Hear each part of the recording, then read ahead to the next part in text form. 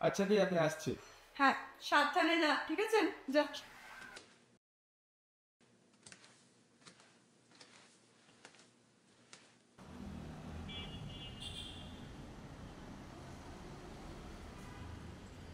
কাল ইন্টারভিউ, হাতে একদম টাকা পয়সা নেই। একবার দিদিকে কি বলবো?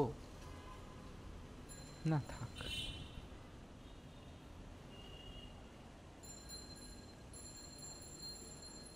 ভাই দাঁড়া। হ্যাঁ দিদি বল। এই নে, এই টাকাটা রাখ। এসবের কি দরকার ছিল? খুব দরকার ছিল, কাল তুই ইন্টারভিউ দিতে যাচ্ছিস, ভালোভাবে ইন্টারভিউটা দিবি, বুঝেছিস? আর হ্যাঁ শোন, ইন্টারভিউ পাশ করলে কিন্তু আমাকে ট্রিট দিতে হবে। হ্যাঁ, তোকে দেবো না আর কাকে দেবো? তুই তো সব। ঠিক আছে, যা, সাবধানে যা, ঠিক আচ্ছা, আছে? আসি, হ্যাঁ, টাটা। টাটা।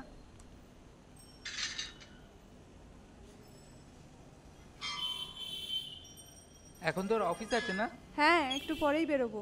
আচ্ছা, সাবধানে যাস। হ্যাঁ, তুইও সাবধানে যাস। আচ্ছা, টাটা।